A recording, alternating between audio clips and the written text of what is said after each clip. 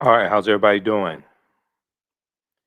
Hotep, hey, this is Michael Imhotep, founder of the African History Network, host of the African History Network show. I'm a talk show host, researcher, lecturer, writer, and historian.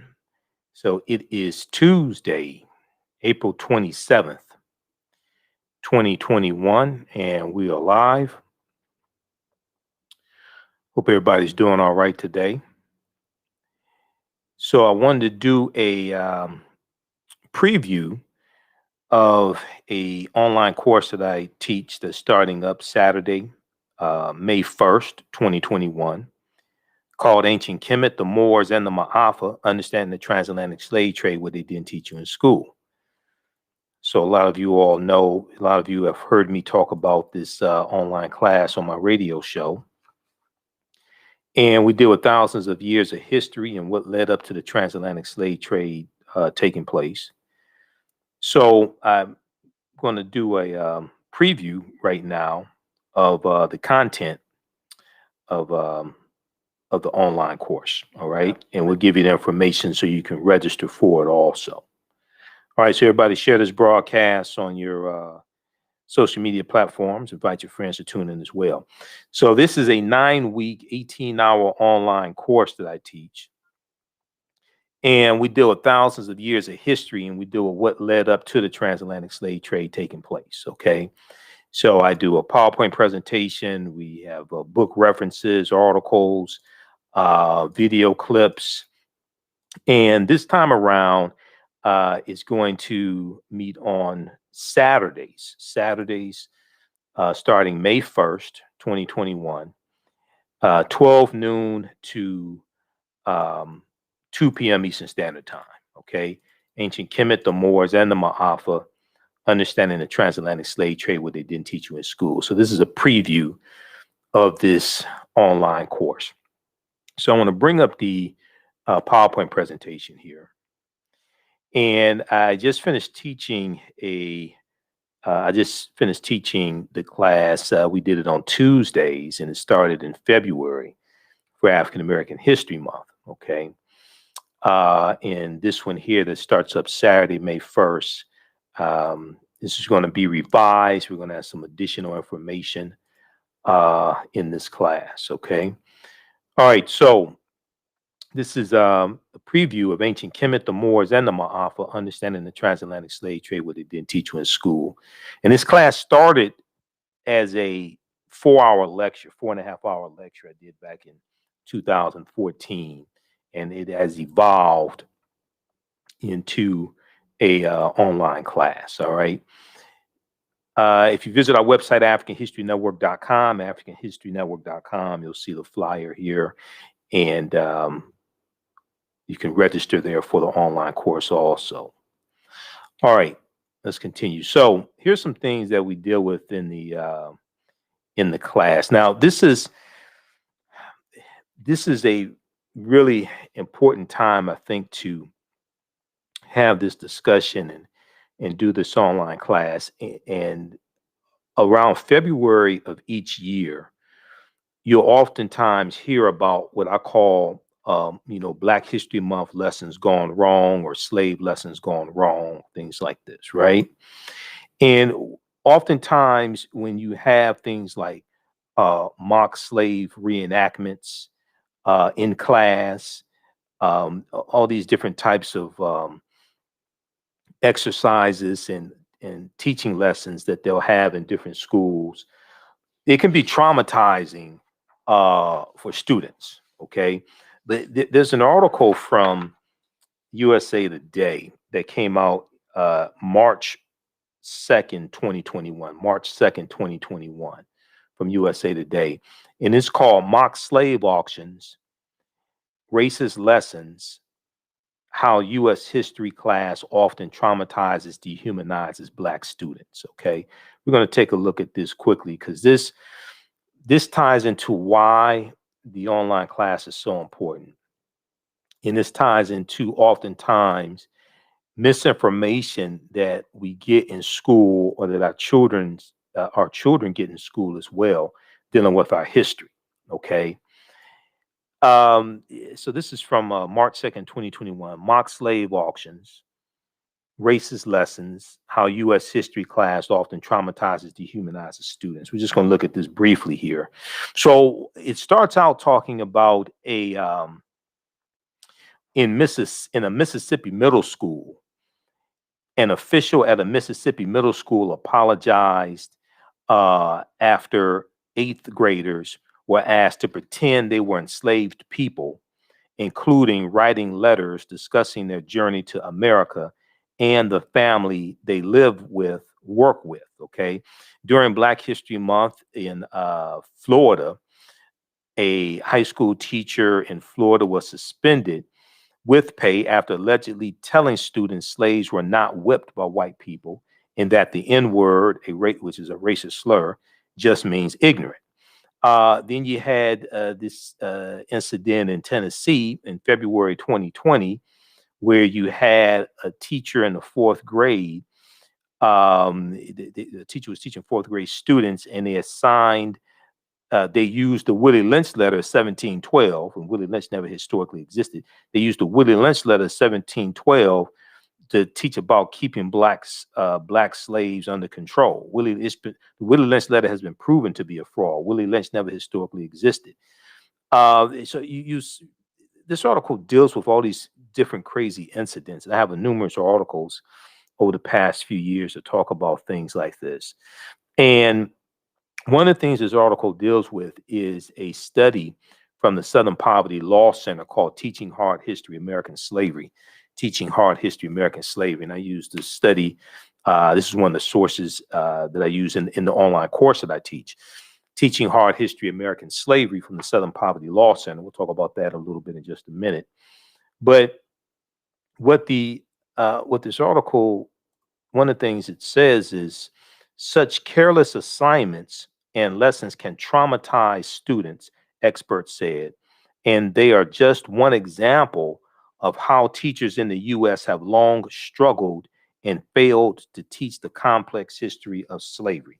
How teachers in the U.S. have long struggled to teach the complex history of slavery. All right. Now, Kefferlin Brown, who's a professor of cultural studies and education at the University of Texas, Austin, and Kefferlin Brown is also talked about in the online course. I mean, in the study from the Southern Poverty Law Center. She said, unfortunately, slavery is addressed often in ways that are either marginalizing or it's the only way that Black people are brought into the curriculum. It's either marginalizing or the only way Black people are brought into the curriculum. Okay. All right. So read the rest of this article here. They talk about some examples of African American students being traumatized by slave lessons gone wrong, Black History Month lessons gone wrong. So I want to go back to the slide. How's everybody doing? Everybody share this broadcast on your social media platforms. And we'll post a link again so you can register for the online course. I want to go back to the PowerPoint presentation again. So at the very same time, we have a number of different things taking place. We have an attack on African American history and African history. We have some Republican states that are trying to control in the state legislature what can be taught regarding history, what can be taught regarding slavery, social justice, things like this. There was an article from USA Today. Republican state lawmakers want to punish schools that teach the 1619 Project. So the 1619 Project from the New York Times. Now, you've heard me talk about the 1619 Project before. The 1619 Project does have some flaws in it. It's much better than the 1776 Project. Okay, it's much better than the 1776 Project, the commission that Donald Trump commissioned, and then they put out the 1619. They put out the 1776 report at WhiteHouse.gov. Luckily, Joe Biden took that nonsense down. Okay, but you have this fight taking place in the state legislatures attacking African American history, African history. If we look at this article here from USA Today, and also news1.com has one that's similar. Republican state lawmakers want to punish schools that teach the 1619 Project. Okay, so it talks about how lawmakers in several state houses this year in 2021 want to stop lesson plans that focus on the centrality of slavery to American history as presented in the New York Times 1619 Project, previewing new battles in states over control of civics education. Okay, previewing new battles in states over control of civics education.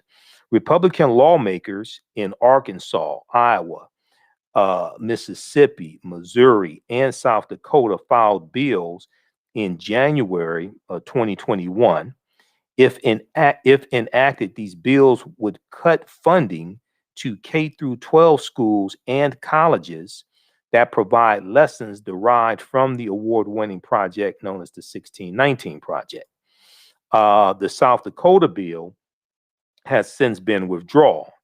Now, some historians say the bills are part of a larger effort by Republicans, including former President Donald Trump, to glorify a more white and patriarchal view of American history that downplays the ugly legacy of slavery and the contributions of African Americans, Native Americans, women, and others to the nation's founding. Okay, so this is what's taking place. All right, and there's a concerted effort, especially surrounding the 400th year anniversary of 1619, and then we see a greater push, and even greater push now, and more momentum behind reparations.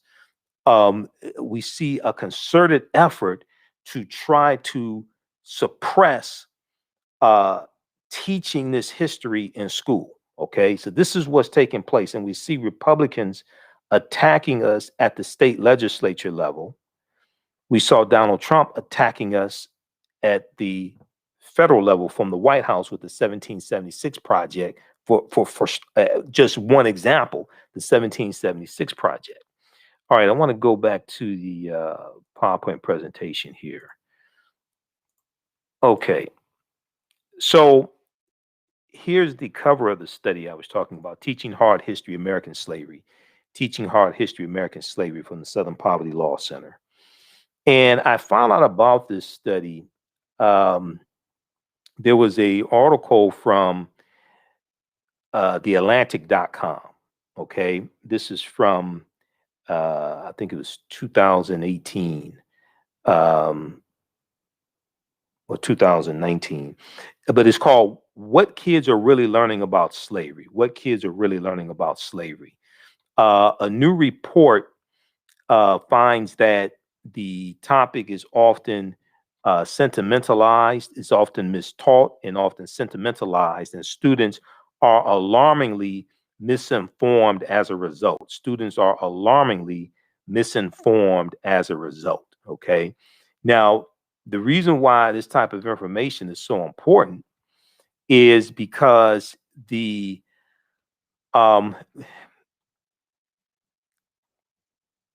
what you understand about a people, okay, what the way you treat a people is largely based upon how you think about how you think about a people. How you think about a people is largely based upon what you've been taught about the people. What you've been taught about a group of people is largely based upon what you've read, seen, and heard about the people. Okay. And how people understand history influences the policies they support, the laws they support, who they elect into office, etc. This has wide-ranging impact. What happens when people are operating based upon a lie, when they think that the Confederacy was something that was good? Okay, when they think when they embrace the Confederate battle flags or the Confederate flags of the Confederacy, and these were traitors to the Union. Okay, what happens when they have monuments erected to the Confederacy, and these were people who took up arms to maintain slavery and they were trying to overthrow the government. All right. I'm not talking about January 6th overthrow the government. I'm talking about back during the Civil War. Okay. January 6th, yeah, that was an insurrection. They're operating based upon misinformation as well. So if we look at this here now, this statue is a statue that was erected in 1876. It's called the Lincoln Emancipation Statue. It was paid for by former enslaved Africans, and it was erected in Washington, D.C. in 1876. And the statue has been criticized for representing the history of slavery from a paternalistic perspective. But very quickly here, if we look at some information that is in the study. So the study was they did two main things. They did a online survey of 1,000 high school seniors, online survey of 1,000 high school seniors to find out what they knew about slavery and the history of slavery. Okay. And then they also did a survey of about 1,700 social studies teachers as well. But a new report released by the Southern Poverty Law Center, Southern Poverty Law Center's Teaching Tolerance Project, points to the widespread failure to accurately teach the hard and nuanced history of American slavery and enslaved people. Okay. The nuanced history of American slavery and enslaved people. Collectively, the report finds that slavery is mistaught, mischaracterized, sanitized, and sentimentalized, leaving students poorly educated and contemporary poorly educated and contemporary issues of race and racism misunderstood.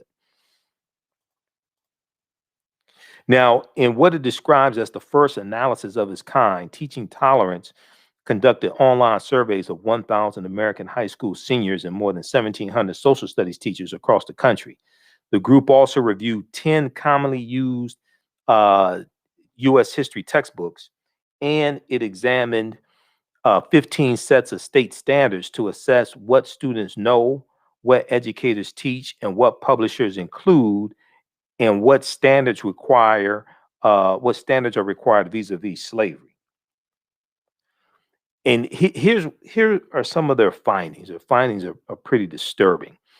Among 12th graders, they found that only 8% of 12th graders surveyed could identify slavery as the central cause of the Civil War being fought. Only 8% of 12th graders surveyed could identify slavery as the central cause of the Civil War being fought. Okay. Now, fewer than 1/3 or 32% correctly named the 13th Amendment, 13th Amendment of 1865, as the formal end to U.S. slavery, with a slightly higher share of 35% choosing the Emancipation Proclamation. So the Emancipation Proclamation of January 1st, 1863, but the Emancipation Proclamation did not free the slaves, did not free the enslaved Africans. It's going to be the 13th Amendment of 1865 that's going to free the slaves. So when you go through and look at this study, you start to realize just how little high school seniors know about the history of slavery.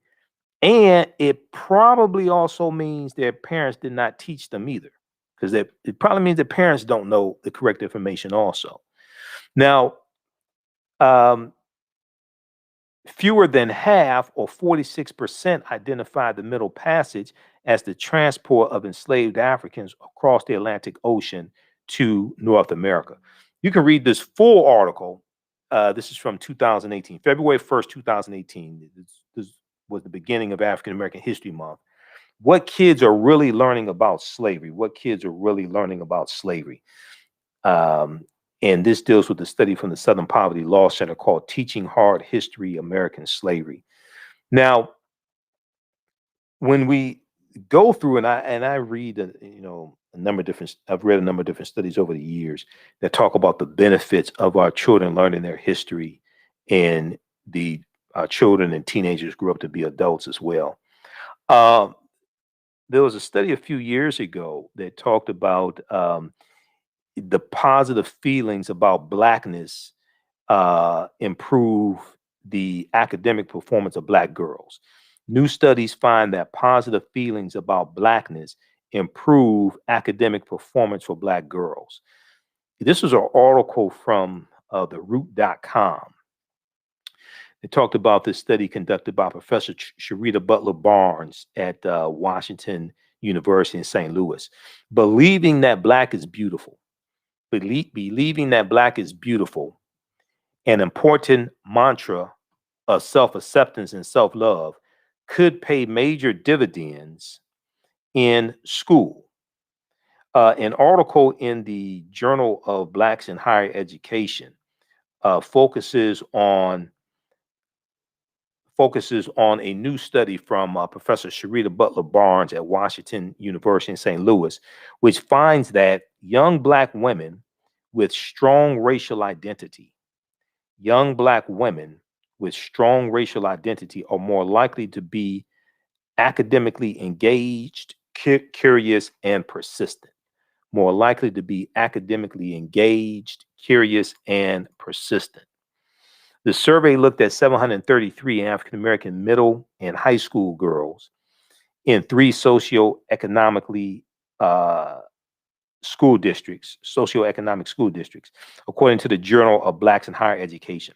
Now, the study is called Promoting Resilience Among African American Girls, Racial Identity as a Protective Factor. And it was published on the Child Development Journal website. And the study found that feeling positive about being Black, along with feeling supported by their schools, correlated with the girls' greater academic motivation. Okay, feeling supported, being feeling positive about being Black, along with feeling supported by their schools, correlated with the girls' greater academic motivation. Researchers also found that feeling good about your racial identity could act as a buffer for students in hostile or negative academic environments. Okay, um, so check out this article from the root.com. New studies find that positive feelings about Blackness improve academic performance for Black girls. They went on to say persons of color who have an unhealthy racial identity, persons of color who have unhealthy racial identity beliefs tend to perform lower in school and have more symptoms of depression. We found that feeling positive about being Black and feeling support and belonging at school may be especially important for African American girls, classroom engagement, and curiosity. Feeling connected to the school may also work together with racial identity attitudes to improve academic outcomes. All right, so if we look at some of the things that we cover in this 9-week online course that I teach, called Ancient Kemet, the Moors, and the Maafa, Understanding the Transatlantic Slave Trade, what they didn't teach you in school. Once again, it's a PowerPoint presentation. These are some of the slides. You're going to see some of the slides I use in the class. We have book references, articles. There's about 50 articles that I reference. It's going to be about 60 now because I'm going to reference some new archaeological discoveries that had just happened in like the last month or so. But we deal with things like, what was the transatlantic slave trade? What were some of the events that led up to the transatlantic slave trade starting? Because I try to deal with all these historical events, try to deal with it chronologically and take you throughout history. Okay, deal with thousands of years of history and take you to what leads up to the transatlantic slave trade taking place, so we can understand cause and effect. What were some of the events that led up to the transatlantic slave trade starting? What role did Christopher Columbus play? Columbus is crucial, essential to the spread of slavery. Okay, Columbus and his four voyages starting August 3rd, 1492, when he set sail on the Nina, Nepenthe, and Santa Maria. We know the lands that Columbus is conquering, like Haiti and Puerto Rico and Honduras and Panama, the Bahamas. They're setting up plantations. He's conquering on behalf of the Spanish crown. They're setting up plantations. They are enslaving the native people, decimating the population of native people, extracting gold and silver and different things like this, mineral wealth from the various lands they're conquering, and setting up plantations, especially sugarcane plantations. Okay, so Columbus is crucial for the spread of racism and slavery and capitalism and the exploitation of indigenous people. So we deal with Christopher Columbus and what led up to Columbus setting sail also in 1492. And that gets into the 800-year occupation of Europe by the Africans known as the Moors. When did Africans first come to the U.S. As slaves? Okay, as enslaved Africans. Did Africans sell themselves into slavery? When were African people in America before the transatlantic slave trade? Which is extremely important. And one of the problems is that oftentimes when we deal with this history, we start like, sometimes people think they're starting at the beginning. They'll start in like the mid 15th century, and they'll start like at what they think is the beginning of the transatlantic slave trade. So they'll start in 1441 with the Portuguese going into what today is Mauritania. But you have to understand hundreds of years of history that leads up to this taking place. Okay. And the Europeans were dealing with the African Moors and fighting against the Moors for hundreds of years leading up to 1441. They didn't just that the mid 15th century was not when Europeans first came in contact with African people. No, the Moors had going to the Iberian Peninsula today known as Spain and Portugal in 711 AD. They're taking teachings from ancient Kemet, ancient Egypt into Europe. These teachings are going to bring the Europeans out of the Dark Ages, and it's going to save Europe. And it's going to save Europe to our detriment.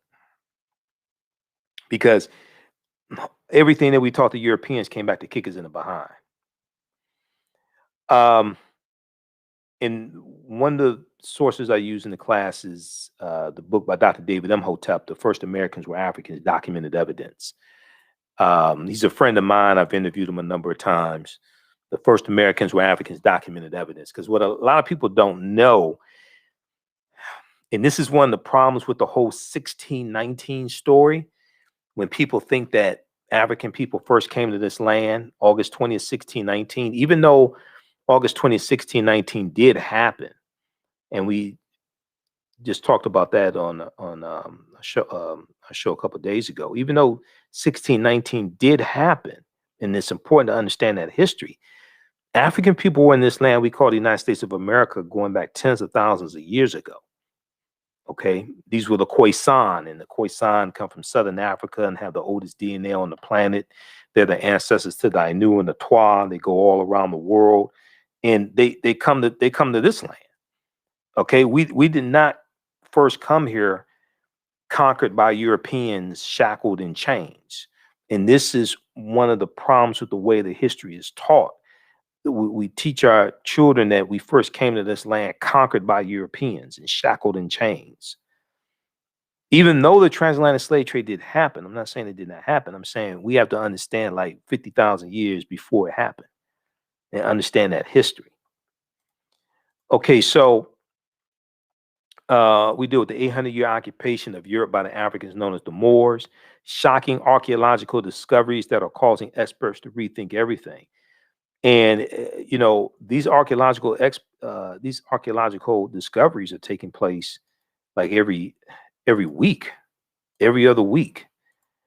If you read National Geographic, Washington Post, New York Times, they all have articles dealing with all these shocking archaeological discoveries. We look at, there was a lost city a lost city in Egypt that was just discovered that dates back about 3,000 years ago. Okay, the lost city of Egypt. And we talked about that on my radio show. Um, actually this article right here from NBC News talks about it. You can find some of these articles in like mainstream media sources. They'll talk about these archaeological discoveries. Um, if we look at this, we flip over here and look at this article right quick. Inside Egypt's 3,000 years old lost golden city. Inside Egypt's 3,000-year-old lost golden city. This article is from April 10th, 2021. A lost golden city in Egypt dating back 3,400 years has been revealed in what is being called the most important discovery in the country since the tomb of King Tutankhamun in 1922.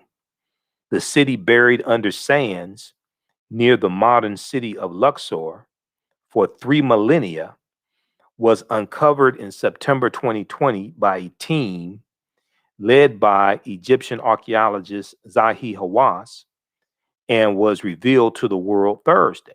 Okay. Quote, this is amazing because actually we know a lot about tombs and afterlife, but now we discover a large city to tell us for the first time about the life of the people during the Golden Age. So these archaeological discoveries are taking place all the time, and what's happening is when you read about these discoveries, they tell you oftentimes this is causing us to have to rethink everything. They have to keep pushing the timelines back. Okay, Juvenile had a song back in like 1998, 99, back that thing up. When these archaeological discoveries take place, they keep having to back the timelines up. They keep having to back that thing up because when you read the articles, they'll tell you that look, this is causing us to rethink everything, and this is causing us to realize that all this stuff is much older than we thought. So we'll deal with shocking archaeological discoveries that are causing experts to rethink everything. Insurance companies that took out insurance policies on not just slave ships, okay, but also enslaved Africans on the plantations as well. Okay, they took out insurance policies on enslaved Africans on the plantations also.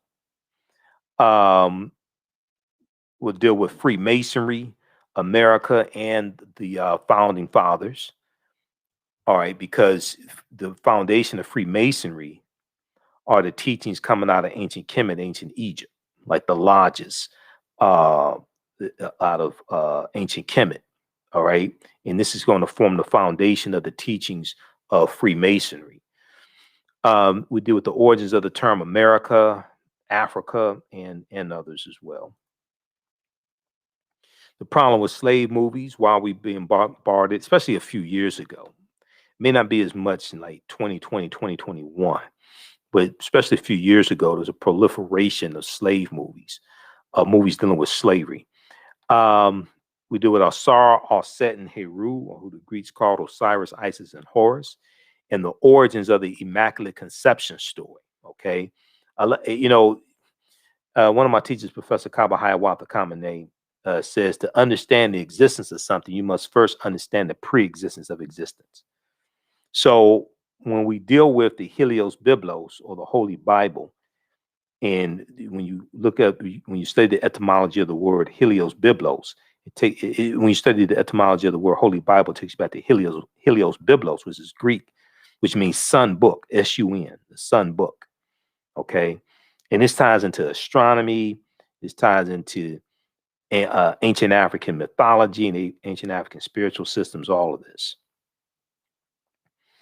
but we're going to see the Immaculate Conception story is a story thousands of years old coming out of ancient Kemet, out of ancient Egypt.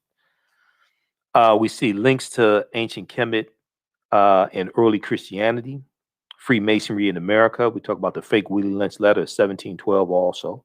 It's like I said, Willie Lynch never historically existed. Okay. This is Runoko Rashidi as well. I've interviewed Runoko a number of times. This is, and Runoko was brilliant. I used one of his books in my class dealing with the Black Star, the African presence in early Europe. Black Star, the African presence in early Europe. I use that in the class. Where's that book? Hold on. Black Star. This is Nile Valley Contributions to Civilization by Tony Browder. This is African People and European Holidays and Mental Genocide by Dr. Shaka Musa Barashango. You don't have to buy any of these books to follow along in class, but I use these for reference. Some books people may have at home on their shelves.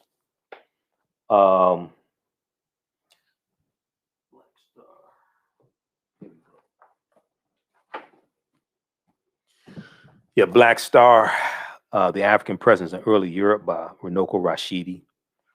Also, this deals a lot with the history of the Moors. Also, Golden Age of the Moor, edited by Dr. Ivan Van Sertima. It's another book we use in the class, okay? These are deep, deep books. All right, now, this is Dr. David Imhotep. I've interviewed him a number of times. He's a friend of mine. He wrote the book, The First Americans Were Africans, Documented Evidence. His new book should be out very soon. He's trying to get the footnotes done. I just talked to him 2 weeks ago. This is the book here. This book deals with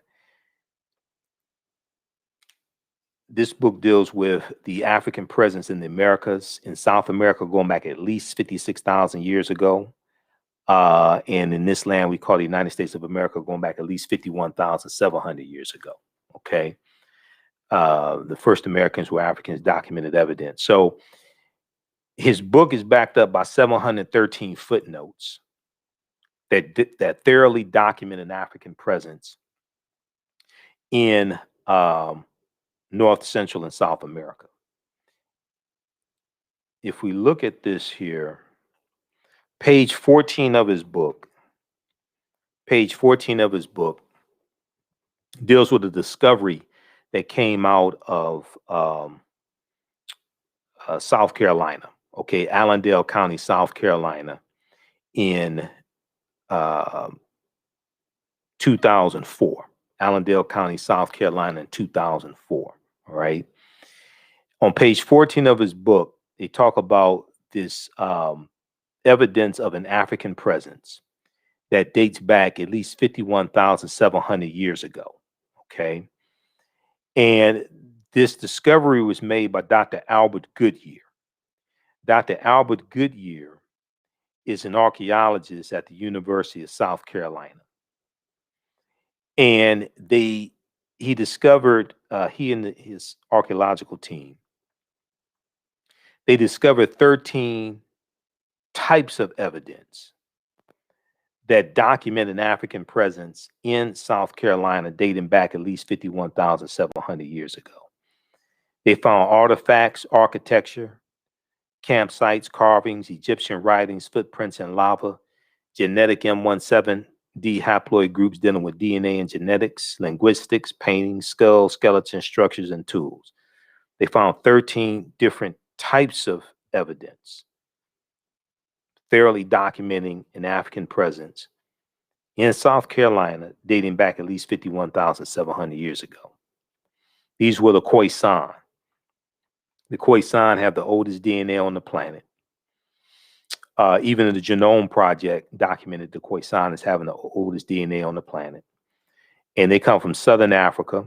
They spoke in cliques, the click language, and they go all around the world. Okay, these are the short statured people, the short statured Africans. Now, this is an article from ScienceDaily.com. ScienceDaily.com is a scientific website. They have scientific discoveries there. This is an article from November 8th, 2004. November 8th, 2004. This is 17 years ago. The name of this article is New Evidence Puts Man in North America 50,000 Years Ago. New evidence puts man in North America 50,000 years ago. Now, you can go read this article. See, you don't have to believe a word that I say. Proper documentation ends all conversation. You don't have to believe a word that I say. Okay. I give you these sources. You can research this for yourself. You don't have to believe me. When you read this article, this is a summary of what the article says. This is not my summary. This is the summary from ScienceDaily.com. Now, this is a picture of Dr. Albert Goodyear. Dr. Albert Goodyear is a white man.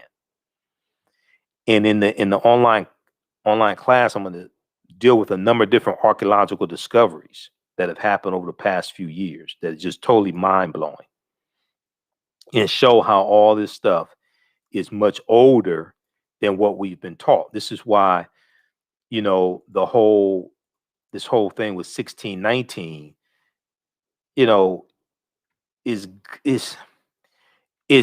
did happen in Virginia. That did happen. Those 20 and odd Africans on the White Lion English pirate ship, because there wasn't even a slave ship. That was a pirate ship. Those Africans were originally from Angola, and they were on a Portuguese slave ship called the San Juan Batista.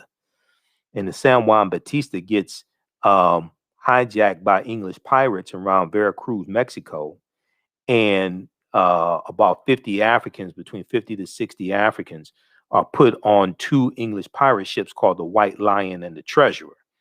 The White Lion and the Treasurer are going to come into Point Comfort in Virginia. The White Lion comes in first, and is about 20 and odd Africans on the White Lion English pirate ship that are going to be exchanged for food and water and supplies, you know, August 20th, 1619.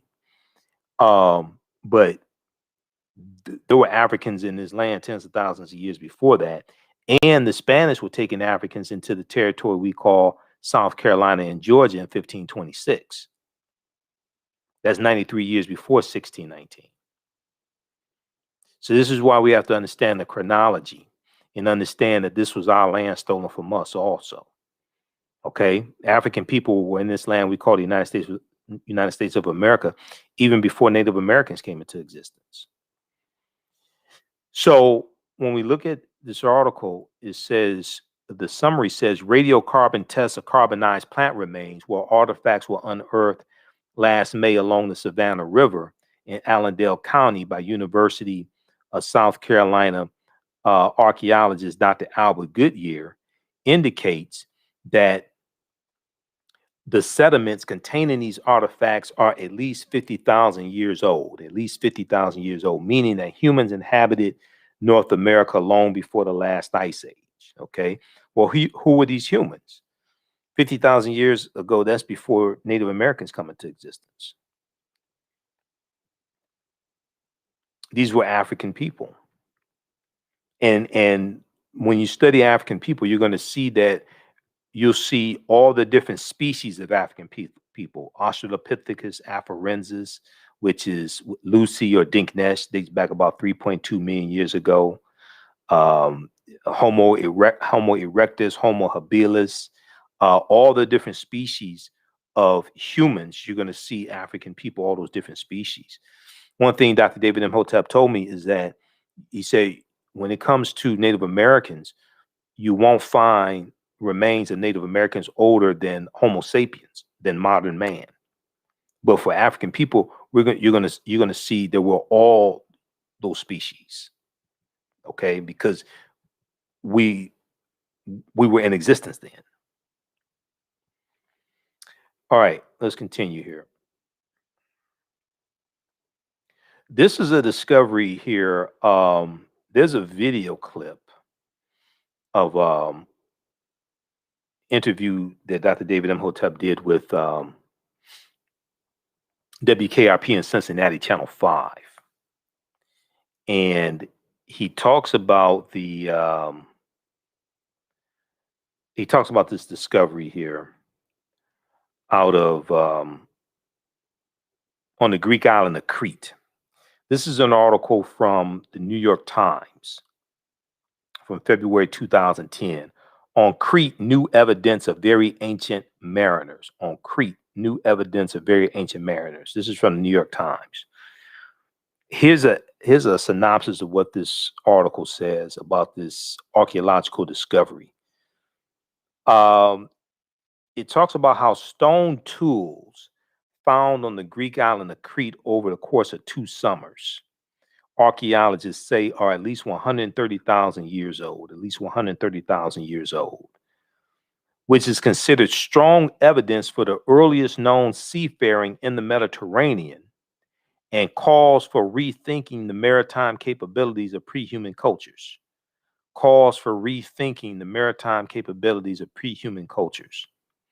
Now, Crete has been an island for more than 5 million years, meaning that tool makers must have arrived by boat. So this seems to push the history of Mediterranean voyaging back more than 100,000 years, specialists in Stone Age archaeology say. So they're saying, wait a second, we thought that seafaring in the Mediterranean only dated back about 12,000 years or so. Okay. So this seems, but this discovery seems to push back seafaring in the Mediterranean 100,000 years ago. Previous artifact discoveries has shown people reaching Cyprus, a few other Greek islands, and possibly Sardinia no earlier than 10,000, 12,000 years ago. They're saying, wait a second, we had to back that thing up. They're saying, hold on, people were involved in seafaring 100,000 years ago. We're going to have to push the timelines back. We're going to have to rethink this whole thing. Crete has been an island for more than 5 million years.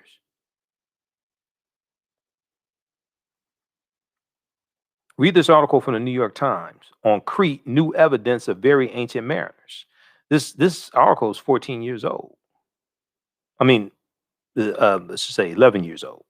This article is 11 years old. So we'll deal with, a number of different archaeological discoveries to try to, because what I have to do, I want to lay a foundation for us to be able to build upon. Okay. We want to lay a historical foundation for us to be able to build upon and go through our history and see how these archaeological discoveries tie into history and cause us to have to rethink history. This is before we can deal with the transatlantic slave trade. We have to deal with thousands of years of history. Okay. There was one discovery in Egypt back, it may be about 8 to 10 years ago. They found 17 pyramids buried underneath Egypt. Okay. They found 17 pyramids buried underneath Egypt. And we can look at this one here. This is NBC News once again. I have numerous sources, but we'll just look at NBC News just for, because it's the one I get my hands on the first. They used it's a satellite that's something like about 450 miles above Earth or something. It uses infrared technology to see underground. Okay, let's look at this article here. 17 lost pyramids discovered in Egypt by space scientists. 17 lost pyramids are believed to have been found in Egypt by a team of space archaeologists from Alabama, according to a report. I've been to Alabama. I mean, going to Alabama, you may think you're on another planet, but I mean, this is from This is from May 25th, 2011. Okay. May 25th, 2011. 17 lost pyramids are believed to have been found in Egypt by a team of space archaeologists from Alabama, according to a report. Sarah Parkak and her team at NASA-sponsored laboratory, at a NASA-sponsored laboratory at the University of Alabama at Birmingham made the discoveries using a satellite survey and also found more than 1,000 tombs and 3,000 ancient settlements in infrared images that show up buildings underground. BBC News reports. The BBC said that 2 of the suspected pyramids have been confirmed by initial excavations. Now, I remember I talked about this on my show when this discovery was made. This is 2011. This is 10 years ago. Okay. But what happens is it's a satellite that use infrared technology to see underground. Okay. The BBC made a documentary about Sarah Parkak's work called Egypt's Lost Cities. Okay. And that aired like late May 2011. Okay, so they talk about Akhenaten, Zahi Hawass. But looking when you look at this, what happens is they use infrared. It's a satellite that uses infrared technology to see underground. And because I read other articles dealing with this discovery, and they found 17 pyramids buried underneath Egypt. Okay, so you have civilizations on top of civilizations, but they found 17 pyramids buried underneath Egypt as well as some other things. So this is just an example. You can research that. All right, let's go back to the slideshow for just a second here. So these are some of the topics that we deal with in the online course: ancient Kemet, the Moors, and the Maafa. Understanding the transatlantic slave trade, what they didn't teach you in school. Okay, this is a 9-week online course. We deal with thousands of years of history and what led up to the transatlantic slave trade taking place. Class starts Saturday, May 1st, 2021, 12 noon to 3 p.m., 12 noon to 2 p.m. Eastern Standard Time, 12 noon to 2 p.m. Eastern Standard Time. We're going to post a link here. You can register for the online course. It's 9 weeks. You can watch from around the world. We do the class live. All the sessions are recorded. You can go back and watch them over and over again. As soon as you register, you can start watching the content from the class that just ended. Okay, I just finished doing a 10-week class, so you can watch that content. And the class is regularly $130. Is on sale $80. We do a PowerPoint presentation, have book references, articles, everything. So it's a ton of information that you're going to get. Let's go back to this here. And then also you can visit our website, AfricanHistoryNetwork.com, AfricanHistoryNetwork.com. We have the information at our website, AfricanHistoryNetwork.com also. Okay.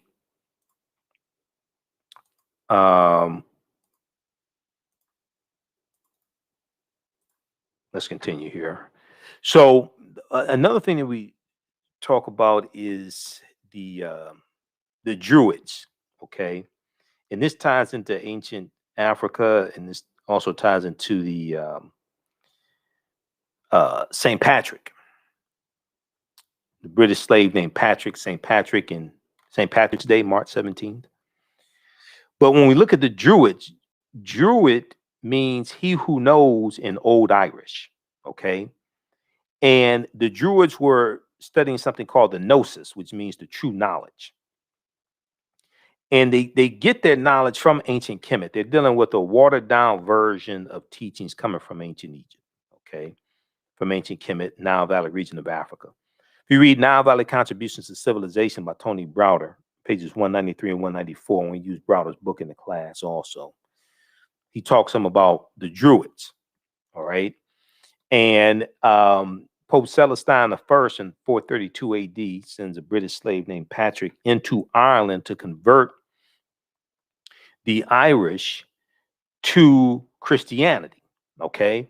Now, at this point in time, in 432 AD, 5th century AD, the Catholic Church does not exist. You have the Eastern Orthodox Church at this point in time. Catholic Church does not exist. Catholic Church is going to come into existence in mid 11th century AD. So I know people talk about the First Council of Nicaea, 325 AD. They talk about the Catholic Church. Catholic Church doesn't exist in 325 AD. You're dealing with the Eastern Orthodox Church. Okay. That's why you want to really deal with the timelines and understand this chronology of history. But the Druids are dealing with a watered down version of teachings coming from ancient Kemet that are in conflict with Christianity. And Pope Celestine I is sending Patrick in to Ireland to convert the Irish to Christianity. And Patrick and his army, they killed thousands of Druids and forced Christianity on the Irish. Okay. He's also credited with introducing the Latin alphabet into Ireland as well. Now, Christianity was already in Ireland because it was another person, was a bishop, I think, who went into Ireland like a year before. But he gets credited with converting a lot of the Irish to Christianity. Okay, and then the term frigatriskaidekaphobia, that deals with a fear of Friday the 13th, frigatriskaidekaphobia. And Frigga or Freya or Freya was the wife of Odin in Nordic mythology, and Odin was the father of Thor. So when you study the origins of the days of the week, the names of the days of the week, a lot of that ties into Scandinavian mythology. Wednesday was Woden's day or Odin's day. Thursday was Thor's day. Friday is named after Freya or Frigga, depending upon which European language you're talking about. But if Freya or Frigga is the wife of Odin, and this is where Friday comes from. The word Friday comes from Frigga. So frigatriskaidekaphobia means the fear of Friday the 13th. Okay. So like this discovery here, this deals with the lost city, another lost city of Egypt that was swallowed into the sea around 12,000 years ago. This is an article from news.yahoo.com. Sunken Egyptian city reveals 1,200-year-old secrets. This deals with Tanis Heraklion, a lost city of Egypt. This is what they found, some of the artifacts that they found.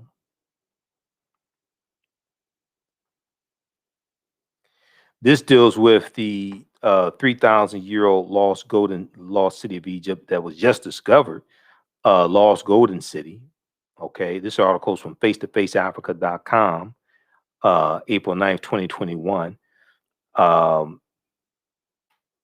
They look at the 3,000-year-old lost golden city that has just been discovered in Egypt. Okay, so we'll deal with archaeological discoveries. And then we'll look at, when we talk about the transatlantic slave trade, there are four main things that I talk about. We look at the human capital taken out of Africa, but it was more than just human capital that was taken out of Africa. There was also the Africans had intellectual capital. Okay, we were physicians, we were doctors, we were lawyers, we were teachers, we were working with agriculture, we were working with animals. We're blacksmiths, we're working in the skilled trades. We have all different types of skill sets. We're engineers. And this intellectual capital is going to create a massive brain drain on Africa as well. And is going to benefit the quote unquote new world that they're being taken to. We talk about the natural resources, mineral wealth extracted out of Africa, and also the technology taken out of Africa as well. The ways of doing things, the technology taken out of Africa also. This is Dr. John Henrik Clarke. Dr. John Henrik Clarke said all history is a current event. Everything that's ever happened continues to happen in some shape, form, or fashion. Dr. Wade Nobles, psychologist, he said, power is the ability to define and shape reality and have other people accept your definition of reality as if it were their own. Power coming from the Latin word potere, meaning to be able. And when we deal with this history, it's important to understand what African people lost or what has been greatly suppressed. It's not just the history, it's African culture. Okay, culture deals with your traditions, your spiritual systems, your art, your music, your dance, your folklore, mythology, cosmology. Cosmology deals with understanding the universe as an orderly system, which comes out of a cultural paradigm.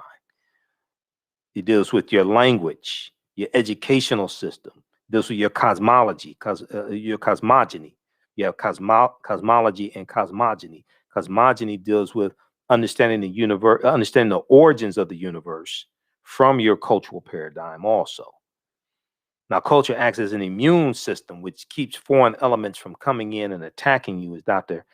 Marimba Ani, who wrote Yorugu, an African-centered critique of European cultural thought and behavior, correctly teaches us. Culture is the glue or cohesiveness that binds a people together and tells them the only way that they will survive is through self-reliance and working together. And this is why the number one employer of every ethnic group in America are their own people, except for African Americans. Now, this doesn't mean that they don't have government help. They all have help from the government. Okay, politics is the legal distribution of scarce wealth, power, and resources, and the writing of laws, statutes, ordinances, amendments, and treaties, their adoption, interpretation, and enforcement. They all have some type of help from the government. All right, but they use their history and culture to fight for scarce wealth, power, and resources. And the people's history and culture and their language, this helps bind them together. Okay, this helps draw them together. So we've largely been stripped of all of that because of the enslavement process.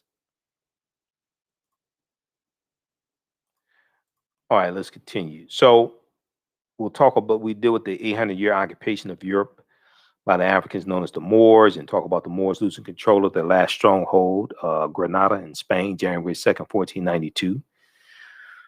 And this right here is like really, really critical. When we look at Egypt of the West and we deal with Freemasonry and we deal with these teachings coming to this land that we call the United States of America. Okay, I'm not talking about tens of thousands of years ago, but we're talking in the 1600s. So when we look at the Washington Monument is an ancient African symbol called a tekken, an ancient African symbol called a tekken. And we see the tekken in ancient Kemet, and there's still a few there today in Egypt. There's about 12 of them or so in Egypt. But it was a symbol of resurrection coming from the story of Asar, Set, and Heru, okay, who the Greeks called Osiris, Isis, and Horus. All right, how's everybody doing? How you all like this type of information? When we look at Freemasonry, okay, and I reference Egypt on the Potomac by Tony Browder. That's another book that we use in the class. Egypt on the Potomac by Tony Browder. And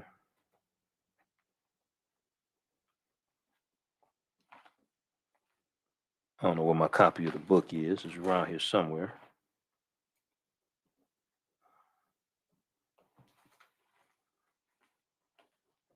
I'm seeing every other book right now. Hold on, where's Egypt on the Potomac?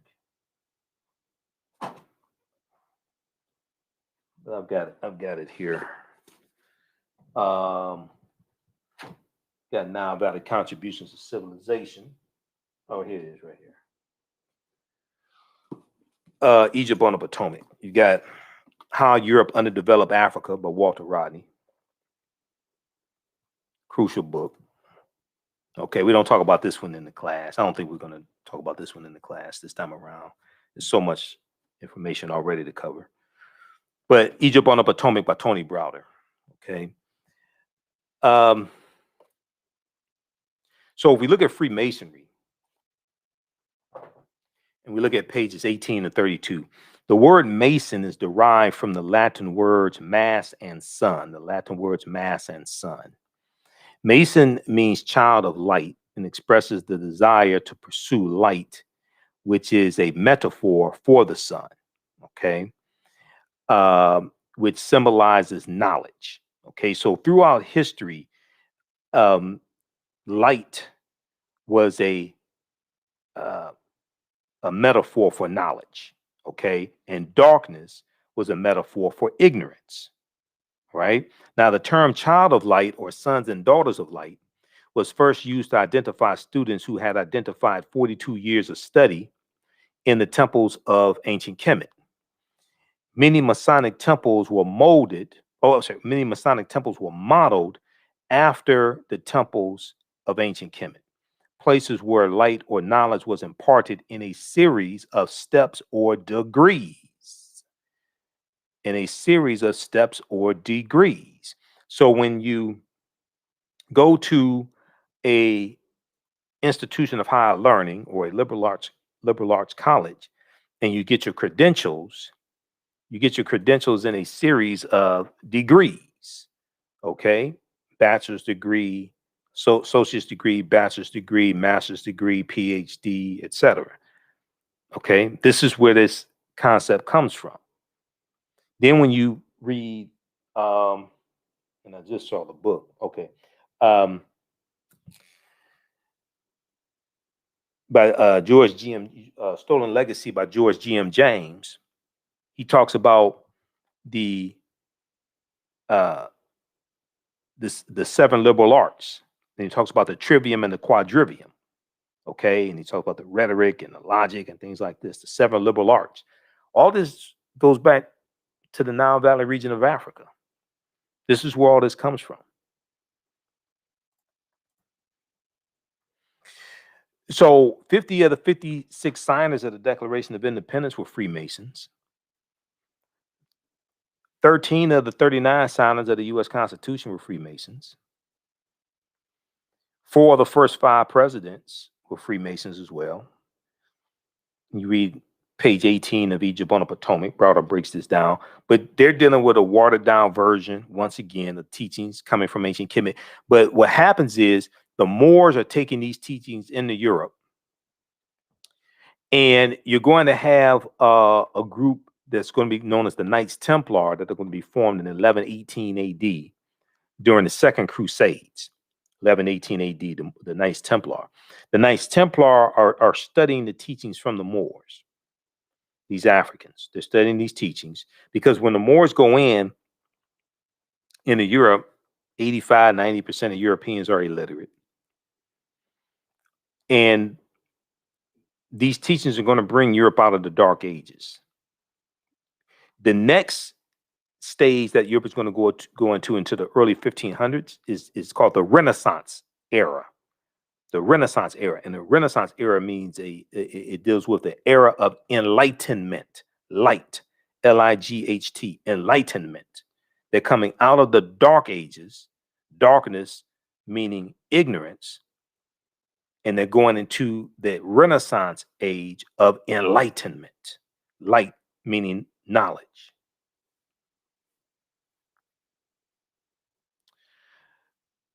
Okay, let's continue here. So this is a deep history. So we go through, take you through this history, deal with this chronologically, leading up to the transatlantic slave trade.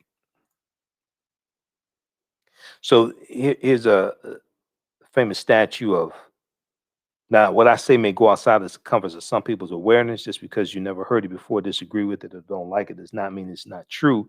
It just means you have to do some research to understand what I'm talking about. Okay, so here is the first holy trinity of Asar, Set, and Heru, who the Greeks called Osiris, Isis, and Horus. Even when you look at Notre Dame, a few years ago when the Notre Dame Cathedral caught fire, they were talking about some of the history of Notre Dame, and Browder talks about this in Nile Valley Contributions to Civilization. Okay, But if you research Notre Dame Cathedral, you'll find that Notre Dame was built on the remains of two temples. Okay, one of those temples was dedicated to Isis. Isis is who the Greeks called Auset. So you're going to see this mythology, and you're going to see this history hitting different cultures, different groups of people, different cultures, and influencing different groups of people. So one of the things I like to talk about is uh, in you have the secrets of Isis. The secrets of Isis. Um,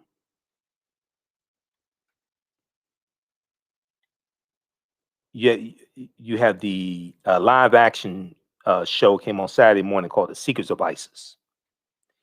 And The Secrets of Isis was the superhero Isis from DC Comics. And when you watch the show, and I saw it a few years ago on Hulu, when you watch the show, it talked about how Isis got her powers from ancient Egypt. And they talk about the daughters of Hathor and all this stuff. You watch the beginning of it, man. They talk about all this ancient Egyptian stuff in the TV show. Now, watching it in the 70s, I used to watch this show in the 70s when it came on. It used to be the Shazam and Isis hour. The Shazam and Isis hour on Saturday mornings, CBS, 11 a.m. Eastern Standard Time. The Shazam and Isis hour. I still have comic books from like the 70s that in the comic books they would advertise all these shows for Saturday morning. This before we didn't have the comedy. We didn't have like the cartoon channel, all that stuff. We didn't have that. Okay, so Saturday morning, that's when all the cartoons came on. Okay, and all the new cartoons, the Super Friends, and you know,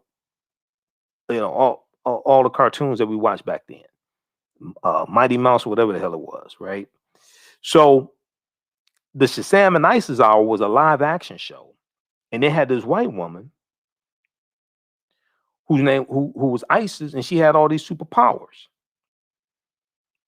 But at the time, we didn't know that she was a copy of an African woman out of you know ancient ancient Kemetic mythology. This is where they were getting it from, and we're sitting there mesmerized, and you got this have attractive white woman doing all this supernatural stuff, and they were getting it from our culture. So from the statue that you see here, this is all set with the baby Heru. Okay, and Heru was born of a virgin birth on December 25th to the virgin all set. And from the story of Asar, Osset, and Heru, you get the Black Madonna and Child, which Europeans are worshiping for hundreds of years throughout Europe, and you still have statues of the Black Madonna and Child right now in like Poland and Italy and Czechoslovakia and Russia. They were worshiping African people. Then you have to wonder what the hell happened. They, to be honest with you, if we look at how African American women are treated today, especially in negative corporate control hip hop. I mean, hundreds of years ago, Europeans they were idolizing African people. Hundreds of years ago, when you have the worship of the Black Madonna and Child, things like this. I mean, Europeans were idolizing African people. You have to ask what happened. Then you get the decolorized version. Okay, because see, as Europeans are coming out of the Dark Ages, and as you have a rise in European powers and they're conquering people's land, and you have a rise in European powers, then you have a a rise in the European phenotype. As you go into the early 1500s, things like this, you have a rise in the European phenotype, and what's going to take place is a lot of these different traditional figures and mythological characters, etc. A lot of these are going to be reinterpreted as European figures. So Hercules was African. Hercules gets reinterpreted as European. You had the Black Madonna and Child, okay, and this gets reinterpreted as European. Um, you have Michelangelo painting the Sistine Chapel, okay, in the early 1500s, and he uses his relatives as the model for Adam and Eve, okay, and he uses and he depicts God as being a European.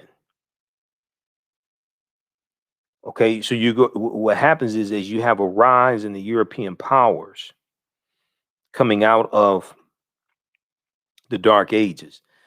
You're going to have a rise in the European phenotype.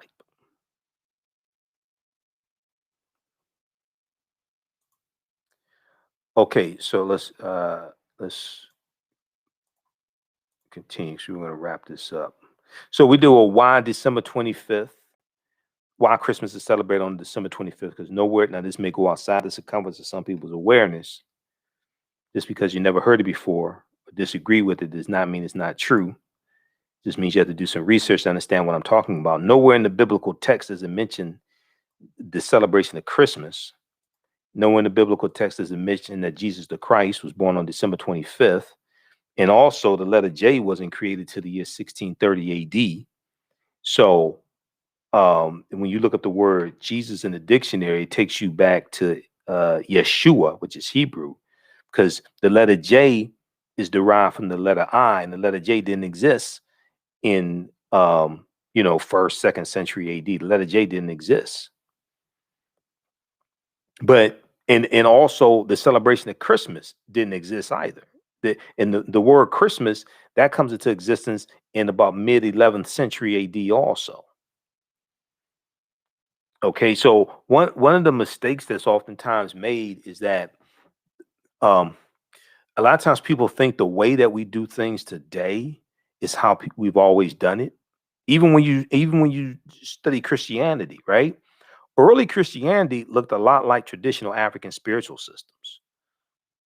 Early Christianity is different. It was a lot different than the way people celebrate Christianity today. Because the way people celebrate Christianity today, a lot of that um, is shaped by those 21 ecumenical councils held between 325 AD to 1870. The first Council of Nicaea, Council of Chalcedon, Council of Constantinople, Council of Ephesus, things like this. And they're going to shape what people believe, how they practice Christianity. They're going to shape what's the books taken out of the Bible, the books left in the Bible. Okay, so that's going to evolve over a course of hundreds of years.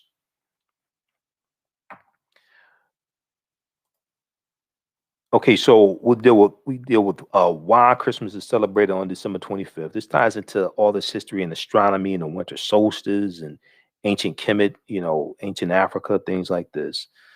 So we do a ton of history in this class. All right. This is Dr. Carter G. Woodson as well, wrote The Miseducation of the Negro and uh, co-founder of the Association for the Study of Negro Life and History, September 9th, 1915, creator of Negro History Week in 1926, okay, which became Black History Month in 1976 and is now African American History Month.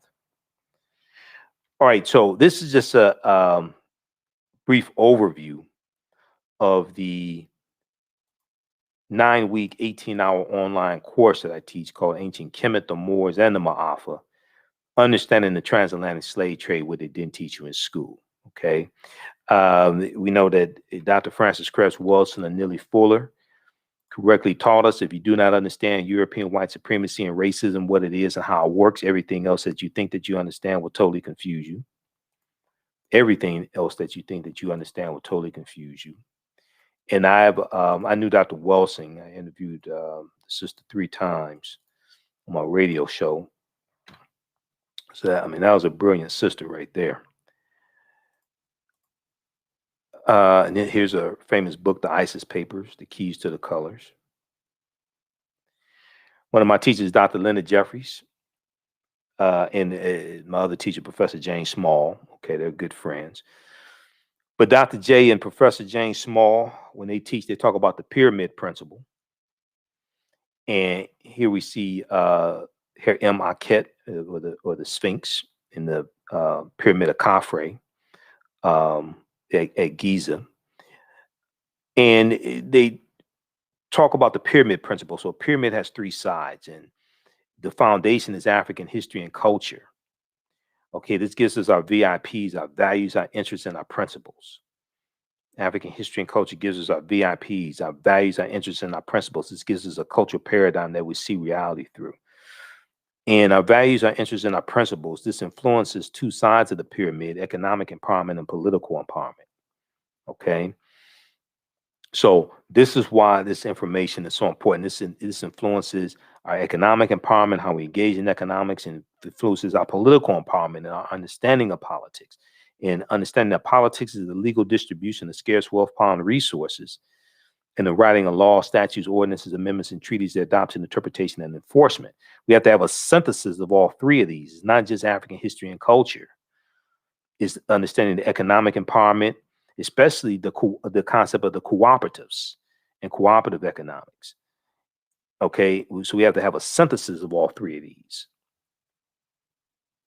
And Dr. Leonard Jeffries correctly teaches us whoever controls the images controls your self-esteem, your self-respect, and self-development. Whoever controls the history controls the vision.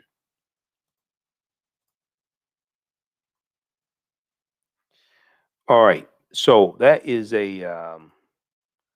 that's just a brief overview of some of the information that we cover in the online course that I teach called Ancient Kemet, the Moors, and the Maafa, Understanding the Transatlantic Slave Trade, what they didn't teach you in school. Okay, so this is a 9-week, 18-hour online course that I teach. We do the class live. It's going to be on Saturdays. It starts May 1st, 2021, 12 noon to 2 p.m. Eastern Standard Time. Okay, 12 noon to 2 p.m. Eastern Standard Time. And we posted the link here, but when you go to our website, AfricanHistoryNetwork.com, right on the home page, it has the information for the online class. And you scroll down, it has information for my radio show. I'm on Sundays, 9 p.m. Well, I'm on Monday through Friday, 11 p.m. to midnight Eastern Standard Time, and Sundays, 9 p.m. to 11 p.m. Eastern Standard Time. On 10 a.m. the Superstation WFDF in Detroit. We also broadcast on our Facebook fan page, the African History Network, and my YouTube channel, Michael Imhotep. You could click here to listen to audio podcasts on my shows. Click here to read articles. This is the episode of my show from March 15, 2021, the day after the Grammys. I talked about Megan Thee Stallion and Cardi B performing WAP in negative corporate controlled hip hop. We have information for the online course here. We have a flyer here about it as well. Click on register here, takes you to the next page. Click right here to enroll. Class is regularly $130. It's on sale $80. As soon as you register, you can start watching the content. You can start, watch the class that just ended about a week or so ago. You can watch that, and then you'll be ready for class starting up Saturday, May 1st, 12 noon Eastern Standard Time. Once again, we do the classes live. You can ask questions during the class. We have a live text chat. We do the classes live, but all the sessions are recorded. So you go back and watch them over and over again. Okay. You want to, if you have like an advanced cell phone, you may be able to watch the class on your cell phone, on your smartphone. Usually a computer or tablet is better. Some people have a more advanced phone. You may have an iPhone or something like that. You can watch. But the browser that works best is Google Chrome. Google Chrome is the browser that works best to view the class also. Okay, just so people know. All right. So you can register for our online course. Be sure to listen to watch my show Monday through Friday and on Sundays. And follow us on our Facebook fan page, The African History Network, The African History Network. Turn on live notifications so you know when we go live. Okay. Also, if you like this type of information, you want to support the African History Network, you can support us $ the AHN Show through Cash App, $ the AHN Show through Cash App, also through PayPal, paypal.me/the AHN Show, paypal.me/the AHN Show, or at our website, AfricanHistoryNetwork.com. And then all my DVD lectures are available at our website, digital downloads, all that's at our website, AfricanHistoryNetwork.com. Okay. All right. Well, look, hopefully you like this type of information. I'm going to get out of here. Remember, right now is correct. Wrong behavior is not over till we win. Wakanda forever. And we'll see you in class.